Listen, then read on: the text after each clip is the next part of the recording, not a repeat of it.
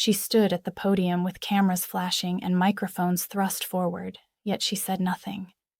The reporters waited for tears or anger or some dramatic statement, but instead they got silence. Her accuser had just walked free on a technicality. Every fiber of society expected her to crumble or rage against the injustice, but her stillness became more powerful than any scream could ever be. In that moment of absolute quiet, she demonstrated something the world rarely understands. True strength does not always announce itself with noise. Sometimes the most revolutionary act a woman can perform is to stand firm in her silence and let the world reckon with its own discomfort. There exists a fundamental misunderstanding in our culture about what strength actually looks like. We have been conditioned to believe that power must be loud, that resistance must be visible, that courage must announce itself with fanfare and declarations. But this understanding misses something essential about the nature of resilience, particularly as it manifests in women who have learned to navigate systems designed to diminish them. Silence is not surrender. It is often the opposite. Consider the woman who sits across from her abuser in a courtroom. She has already told her story to police officers, to lawyers, to investigators who questioned every detail of her experience. She has relived her trauma in written statements and recorded interviews. Now she sits in that sterile room with fluorescent lights buzzing overhead, and she chooses not to speak again. The defense attorney tries to provoke her. The judge asks if she has anything to add. The gallery waits with bated breath. And she remains silent. This is not weakness. This is a woman who understands that her words have already been twisted and minimized and used against her. Her silence becomes a refusal to play a rigged game. It is a boundary drawn in the sand. We see this pattern repeat itself across different contexts. The employee who stops arguing her case for a promotion after years of being passed over for less qualified men. The mother who no longer tries to explain her parenting choices to judgmental relatives. The daughter who ceases defending her life decisions to parents who will never approve. Society reads this silence as defeat, as giving up, as evidence that these women have accepted their subordinate positions. But speak to these women in private, and you will discover something different entirely. Their silence is strategic. It is self-preservation. It is a conscious choice to stop wasting energy on people and systems that have proven themselves incapable of listening. There is a particular kind of emotional labor that women are expected to perform constantly.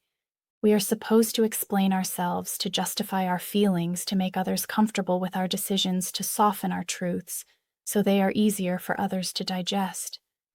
This labor is exhausting, and it is invisible, and it is expected without question or compensation. When a woman stops performing this labor, when she chooses silence over explanation, it disrupts the social order. People become uncomfortable. They demand to know what she is thinking, what she wants, why she will not engage. Her silence holds up a mirror to their own inability to sit with uncertainty, with the reality that they are not entitled to access every corner of her inner world. Think about the historical context of women in silence. For centuries, women were told to be quiet. We were silenced in churches and courtrooms and public squares. Our voices were considered less valuable, less rational, less worthy of consideration. The fight for women to speak to have our voices heard and respected has been long, and it has been brutal, and it continues today. So when we talk about silence as strength, it might seem like a regression, like we are advocating for a return to those oppressive dynamics. But this completely misses the point. There is a world of difference between being silenced and choosing silence. The former is oppression. The latter is power. When a woman who has been silenced all her life finally finds her voice and speaks her truth, that is powerful and necessary and brave. But when that same woman realizes that certain spaces, certain people, certain systems will never truly hear her, and she chooses to withdraw her voice from those contexts, that too is powerful and necessary and brave. It is the recognition that her voice is valuable, too valuable to be wasted on those who will not listen. It is an act of self-respect. There is also something to be said about the strength required to sit with your own silence, to be comfortable in the space of not speaking, not explaining, not defending. Our culture is terrified of silence. We fill every moment with noise, with distraction, with constant communication. Social media has amplified this to an almost unbearable degree. We are expected to have an opinion on everything, to share our thoughts in real time, to perform our lives for public consumption. The woman who opts out of this, who maintains her privacy, who refuses to make herself constantly available for commentary and consumption, is engaging in an act of resistance. I have watched strong women practice this kind of silence in various situations, and it is striking how much it unsettles people. A woman in a meeting who does not rush to fill every pause, who lets silence hang in the air until someone else speaks. A woman who ends a relationship and offers no detailed explanation, no closure conversation, no final emotional processing session. A woman who faces criticism or insult and simply walks away without defending herself or engaging with the attack. These actions, or rather these non-actions, create discomfort because they refuse to follow the expected script. They assert that this woman's time and energy and emotional resources belong to her, and she is not obligated to spend them on every person or situation that demands them.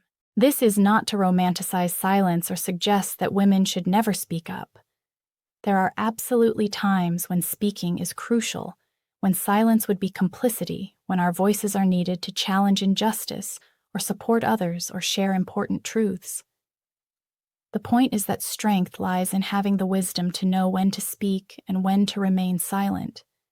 It is about agency, about making conscious choices, rather than simply reacting to external pressure and expectations. Consider the woman who has survived domestic violence. She may spend years in that relationship trying to communicate, trying to explain why certain behaviors hurt her, trying to negotiate and compromise and make herself understood. She uses every conflict resolution skill she knows. She reads books and goes to counseling and tries different approaches. And nothing changes because the problem is not her communication skills. The problem is that she is trying to have a reasonable conversation with someone who is not interested in reason. When she finally leaves, when she stops trying to make him understand, when she cuts off contact and refuses to engage with his attempts to draw her back into conversation, this silence is an act of profound strength. It is the recognition that some people, some situations cannot be fixed with the right words. It is the choice to stop trying. There is also the silence of grief, of trauma, of experiences that are simply too big or too painful to put into words. Women are often pressured to share these experiences, to open up, to talk about it, as if the mere act of speaking will heal everything. But sometimes the strength is in knowing that you do not owe anyone your pain, that you do not have to perform your suffering for others to witness. Your trauma is yours. How you process it when you speak about it, who you share it with, these are your choices to make. The women I have known who embody this kind of strength are often misunderstood. They are called cold or distant or uncooperative. They are accused of being difficult or uncommunicative. But if you pay attention, if you watch how they move through the world, you will see something remarkable. They have clear boundaries. They know their own worth. They do not waste energy on battles they cannot win. They invest their voice and their time and their emotional resources in places where they will be valued. This is not selfishness. This is wisdom. Silence can also be a form of observation, of gathering information before acting. The woman who is quiet in a new situation is not necessarily timid or uncertain. She may be reading the room, understanding the dynamics, figuring out who holds power and how it is used before she decides how and when and whether to engage. This is strategic intelligence. It is the opposite of the impulsive reactivity that our culture often mistakes for confidence or strength. There is particular power in a woman refusing to defend herself against false accusations or unfair criticism. The instinct is always to fight back, to correct the record, to make sure everyone knows the truth. But sometimes the strongest move is to let people believe what they want to believe about you. If someone is determined to misunderstand you, no amount of explanation will change their mind. Your silence in the face of their accusations becomes a statement that you do not need their approval or their validation. You know who you are, and that is enough.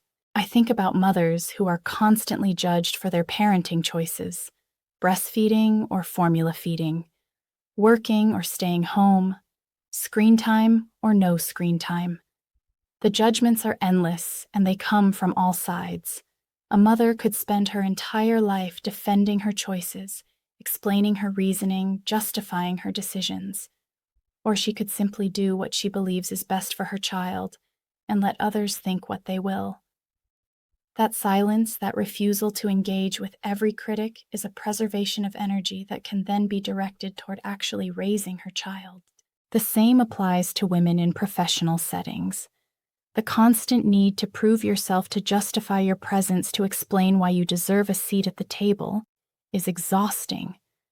At some point, you realize that the people who matter will recognize your competence without you having to perform it for them. The people who do not recognize it will not be convinced by your explanations anyway. Your work speaks for itself. Your silence on the matter becomes a statement of confidence. This kind of silence requires tremendous self-assurance. It requires that you know your own worth independent of external validation. It requires that you trust yourself even when others question you. It requires that you can sit with discomfort, with uncertainty, with the possibility that others will misunderstand or misjudge you. These are not easy things. They require practice and intention, and often years of unlearning the conditioning that taught us our value lies in pleasing others, in making ourselves palatable, in constantly explaining and justifying our existence. What silence reveals about strength is this: true power does not need constant validation or external affirmation. It does not need to announce itself or defend itself at every turn. It can exist quietly, confidently, without fanfare or explanation. The woman who has found this kind of strength does not need to prove anything to anyone. She knows who she is. She knows what she is worth. And she is selective about where she invests her energy, her voice, her time. This is not withdrawal or defeat. This is discernment. This is self-respect.